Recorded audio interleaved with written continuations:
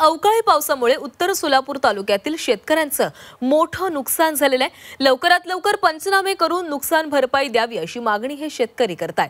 वादळी वारे आणि मुसळधार पावसामुळे साखरेवाडी भागातील एका शेतकऱ्याच्या घराचं छतच उडून गेले तर भिंतही कोसळलेली आहे।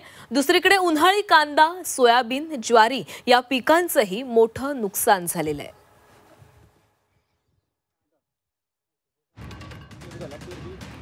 गेली साधारणतः डिसेंबर मध्ये पेरणी झाली। ती ज्वारी एप्रिल एंड आणि 15 मे पर्यंत निघू लागली। ज्वारीचं पीक शेतात आहे, अजून राशी करायचे तोपर्यंत भुईमुग असेल, कांदा असेल, सोयाबीन, उन्हाळी असेल, ज्वारी असेल, सगळं शेतात पडून नुकसान झालं साहेब। त्याबाबत आम्ही माननीय दिलीपराव माने साहेब यांना भेटलो की या अस्मानी संकट आमची कोणच दखल घेणार।